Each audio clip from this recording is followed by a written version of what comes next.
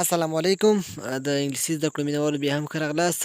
دا چې تاسو ته ښه معلومات دی زمونږ د نهه میاشتني پروګرام د لومړۍ میاشتې نن څلورمې ورځې درس لرو. لومړی مونږ دلته محاوره یا کنورسیشن وایو. امید ده چې راسره پاتې شئ. How are your parents؟ تاسو والدین څنګه دي؟ They are fine. هغوی ښه دي. By God grace د الله فضل کرم سره. How is your health؟ ستاسو صحت څنګه دی؟ Thank you. I'm healthy. مننه زه صحتمند یم. How are you feeling؟ تاسو څنګه احساس کوئ؟ I'm feeling well. زه ښه احساس کوم. How do you memorize the English words؟ تاسو د انګلیسي لغتونه څنګه حفظ کوئ یا زده کوئ؟ I memorize the English words by studying. زه حفظ کوم د انګلیسي لغتونه په مطالعې سره. How is the method of teaching for you؟ ستا لپاره د تدریس طریقه یا میتود څنګه دی؟ It's useful for me. دا زما لپاره ګټور دی.